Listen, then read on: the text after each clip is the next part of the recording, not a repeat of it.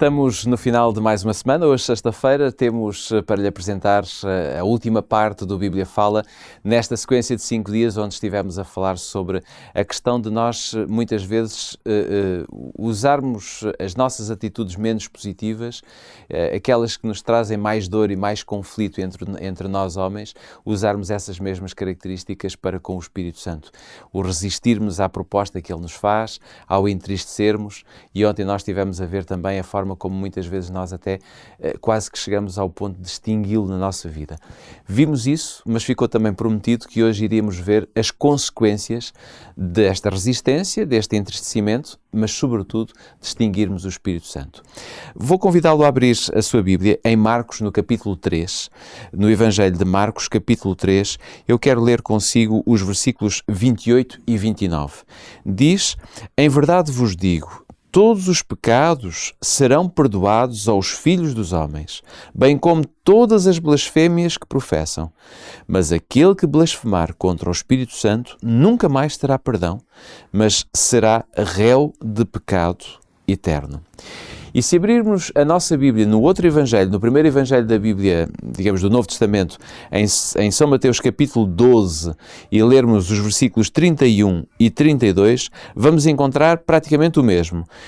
O evangelista Mateus diz: "Portanto vos digo, todo o pecado e blasfémia se perdoará aos homens, mas a blasfémia contra o Espírito não será perdoada.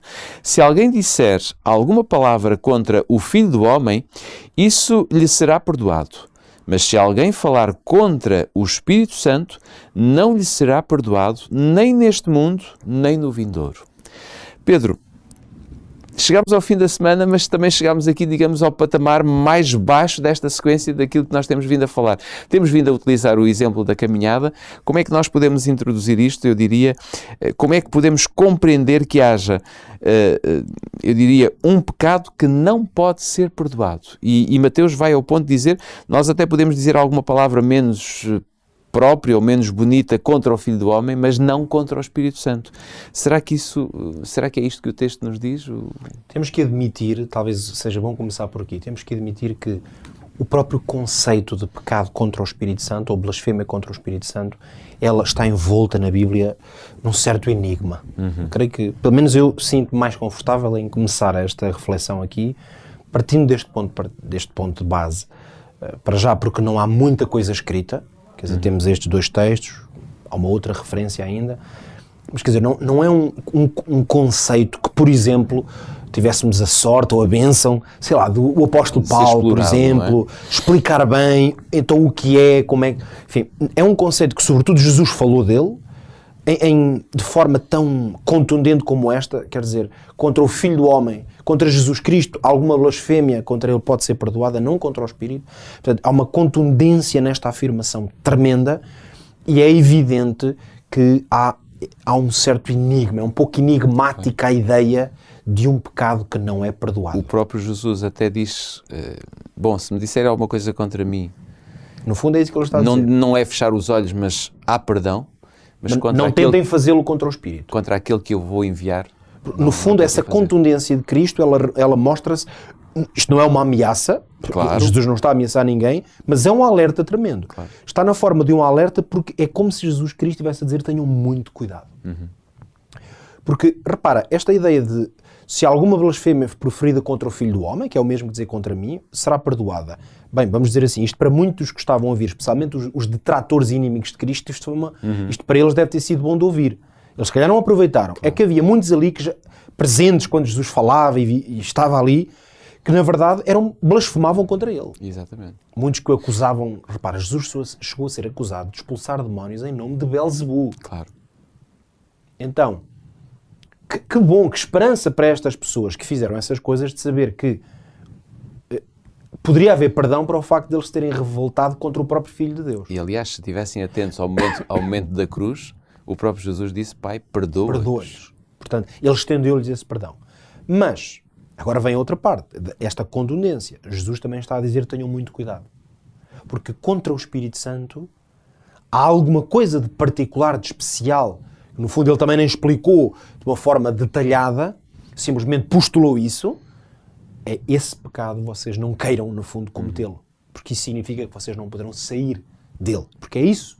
Dizer que o pecado não tem perdão é o mesmo que dizer que vocês não... É um pecado sem retrocesso, é um ponto sem retorno. Nós andámos aqui durante a semana a falar, digamos, de corrida, de companheirismo, de alguém que nos convida. Onde é que nós vamos integrar isto e como é que nós podemos integrar isto, digamos, no exemplo que tivemos a explorar durante a semana? Esta ilustração que fomos criando aqui um pouco até juntos ao longo desta semana, é interessante terminarmos também com ela, porque, refazendo um pouco a história, nós colocámos o papel do Espírito Santo junto de nós e a sua influência e o seu trabalho um pouco como se fosse um amigo que quer o nosso bem, quer que estejamos em forma e nos convida para uma corrida ou uma caminhada. Vai-nos motivar, vai-nos dar argumentos. Nós percebemos claramente o que é que seria resistir, não é? Portanto, não ir, entristecer, que era, enfim, abandonar a corrida ou deixá-lo triste por alguma razão. Extinguir, que é começarmos a querer correr sozinhos. Isso. E agora chegaríamos a um ponto nesta ilustração que seria o mesmo que pecar contra aquele que nos levou. Talvez, usando a mesma imagem, eu creio que seria atacar diretamente a pessoa que foi a primeira responsável por nós termos iniciado aquela corrida. Ser uma oposição clara. Começarmos a estar em oposição à pessoa que nos convidou. Porque eu quando digo, olha, desculpa, mas não vou correr mais, eu não estou em oposição. Claro. No fundo eu estou a dizer, se calhar tens razão, se calhar era bom eu ir, só que eu não quero. Claro. Isto não é uma oposição direta, no fundo. Se nos desviamos para outro caminho sem avisar. Mas, olha, eu agora quero ir sozinho. Agora, revoltar contra ele é dizer, tu és o culpado. Seria o mesmo que eu dizer a essa pessoa, olha, eu agora estou em dificuldade e tu és o culpado. Seria, no fundo, atribuir alguma coisa, se calhar até má que me aconteceu durante esse percurso, pensando eu que era má, e dizer, tu é que tens a culpa. Portanto, a blasfémia vem neste sentido em que eu, em vez de ter alguma gratidão que fosse, mesmo que eu não quisesse continuar, mas dizer, olha, agradeço-te, mas não quero ir até ao fim. Nós chegámos a dizer que uma das maneiras de entristecer era chegar perto da meta e depois não terminar, que era não ir a toda a verdade. Ok, muito bem, mas pelo menos aí eu continuo a reconhecer que foi graças àquele amigo, àquele treinador que eu cheguei ali. Agora estamos num ponto do qual não há retorno, que é eu atacar diretamente a pessoa que me conduziu, que me chamou, que me convidou e que me treinou para ir até ali. Mas, a bem da verdade, esse é o papel do diabo permanentemente contra Deus. Ora, perfeitamente. O papel do diabo é acusar Deus. A função do diabo, desde o princípio, é precisamente esta. É olhar para o papel e a obra de Deus e não estar satisfeito com ele, é rebelar-se contra ele, é no fundo querer estar no papel dele e, portanto, o diabo está em total ruptura com a vontade de Deus. Em certo sentido, isso pode perfeitamente ajudar-nos a ter como que uma definição, não vou dizer, lá está, é sempre um enigma, mas uma definição talvez mais clara é de que o pecado contra o Espírito Santo é quando eu assumo a forma e o papel do diabo. De oposição a Deus. Ou seja, eu coloco-me em oposição a Deus. É como se eu tenho que atacar Deus, não há outra solução. No fundo, usando ainda a nossa ilustração, seria chegar ao ponto de eu estar convencido, mentindo contra a verdade, contra mim próprio e tudo o que aconteceu, eu agora ser capaz de dizer aos outros, por exemplo, olha, eu sou a alternativa. Eu é que vim fazer a corrida, eu é que sei tudo sobre corrida, vocês devem-me seguir a mim, eu é que sou o mestre da corrida, quando ali ao meu lado estaria aquele que na verdade me ensinou, me convidou e me fez conquistar tudo o que eu conquistei naquela corrida. Quase que eu poderia dizer isso acontece tanto no mundo religioso, não é? Se virmos a multiplicidade de religiões que aparecem, quer dizer, há sempre um que parece que tem mais verdade do que o outro. Há sempre um que parece que dizer que não vais por ali, vem por aqui, quase que são donos da verdade, não é? Ser dono da verdade. No fundo, é esse lugar que pertence a Deus e que nenhum homem pode ocupar. Portanto, pecar contra o Espírito, uma vez que Ele é Deus em nós, é realmente eu querer ocupar o lugar de Deus. E termino com duas notas que me parecem muito importantes e acho que podem ser esclarecedoras até para quem nos ouve e este debate ou esta dúvida que sempre existe sobre o pecado do Espírito Santo. Lá está, o que eu vou dizer não é para explicar o que é mais para deixar algumas salvaguardas que eu acho que são muito importantes. A primeira delas é que nós não sabemos, ninguém pode definir em termos de comportamento humano o que é o pecado contra o Espírito Santo. Porque é que eu acho que isto é muito importante? Nós estamos habituados a catalogar um pouco o pecado através de uma ação. Ou seja, se eu vejo alguém a matar outra, eu digo, isto é pecado, matou, está escrito nos 10 mandamentos, e eu consigo olhar para aquele comportamento e identificar. Se eu vejo um marido que adultera, abandona a esposa, deixa os filhos e vai com a mulher que não é dele, eu consigo catalogar esse comportamento e dizer, isto é pecado. Enfim, e quantos outros, não é? A mentira, e tantos outros pecados. Os 10 mandamentos são um bom exemplo de como é que nós podemos olhar para o comportamento, mas há outras formas de olhar para o comportamento. Eu acho que um ponto muito importante é dizer assim, ninguém pode olhar, e quando eu digo ninguém pode é porque a Bíblia não revela, olhar para um certo tipo de comportamento e dizer, olha, isto é que é o pecado contra o Espírito Santo. Pois. Porque a Bíblia não me dá uma definição em termos de ação concreta e prática do que é que será pecar contra o Espírito Santo. Isto leva-me automaticamente ao segundo ponto, que é, nenhum homem sabe, nem nunca saberá se outro cometeu o pecado contra o Espírito Santo. Isto aqui eu acho que é o ponto mais importante sobre a questão, chamemos-lhe assim, do pecado contra o Espírito. E o próprio poderá saber? Poderá sentir isso? Não sei, sinceramente é uma pergunta... Mas a Bíblia diz de alguma forma que não lhe será perdoado, ou seja, há quase como que Deus também ia desistir daquela pessoa. Agora, olha, ainda bem que diz isso, porque eu acho que é muito importante dizer isto. O pecado, o que eu vou dizer talvez pareça, é uma frase simples e talvez pareça assim uma espécie de blasfémia que eu vou dizer, mas a Bíblia não diz em lado nenhum que o pecado contra o Espírito Santo não pode ser perdoado. Diz que ele não é perdoado. Não é perdoado. Eu sei que isto parece apenas um jogo de palavras, mas não poder é uma coisa, não ser é outra. É que a Bíblia diz que Deus não se pode negar a si mesmo. É o apóstolo Tiago. Se Deus não se pode negar a si mesmo, se Deus é um Deus de perdão, certo? Claro. De misericórdia, Deus não vai dizer assim, a minha misericórdia tem limites. Nós é que costumamos usar essa expressão, não é? Como a paciência de Jó, não é? Enfim, há muita paciência, mas há um limite. Claro. Mas o perdão, a misericórdia de Deus e o amor de Deus não têm limites. Logo, Deus não se pode negar. Deus não pode dizer assim, eu perdoo tudo, mas há uma coisa que eu não perdoo.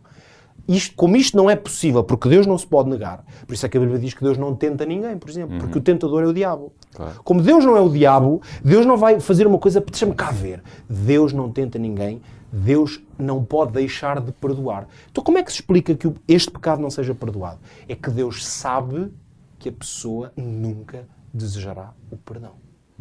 Por isso é que podemos afirmar que a Bíblia o que diz é que o pecado contra o Espírito Santo não é perdoado. Não diz que Deus não pode, ou que Deus não tem capacidade para perdoar. Diz que não é. Então só há uma explicação. Ele não é perdoado porque na sua essência ele significa que a pessoa nunca mais retrocederá do ponto em que está. Por isso é que nós nunca podemos dizer assim, vemos uma pessoa que matou, violou e dizemos assim, esta pessoa acabou. Nunca mais dali sai. Não podemos dizer isso. Claro. Ela pode arrepender-se. Já vimos assassinos e pessoas da pior espécie, digamos assim, arrependerem-se e voltarem-se para Deus.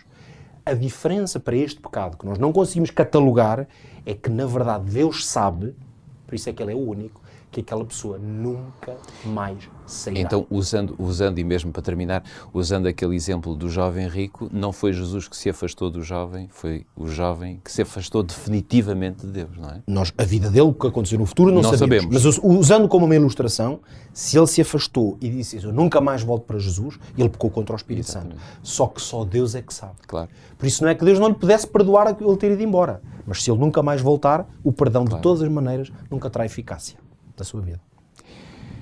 Terminamos assim mais um Bíblia Fala. Creio que foi bastante, enfim, eu diria, importante para nós e edificante para a nossa vida espiritual podermos compreender a posição do Espírito na nossa vida, o que Ele tem para nos oferecer, aquilo que Deus quer que nós possamos viver e a forma como nós muitas vezes, o nosso comportamento que temos muitas vezes para com Deus, não sendo Ele o melhor. Aqui ficaram ao longo desta semana muitas dicas para nós podermos retificar ou permitirmos, porque talvez assim é que está correto, permitirmos que o Espírito de Deus trabalhe em nós para que Ele nos modifique e o seu lugar enquanto Deus esteja garantido no nosso coração. Ficam as nossas despedidas, voltamos na próxima segunda-feira. Até lá, que tenha um ótimo fim de semana. Já sabe, nesta última semana, ou para a semana, iremos concluir esta conversa sobre o Espírito Santo. Não ficou tudo dito e por isso fica uma porta aberta, claro está, para continuarmos futuramente a falarmos sobre a pessoa de Deus na pessoa do Espírito Santo. Ficam então as nossas despedidas, tenham um ótimo fim de semana, voltamos na próxima segunda-feira.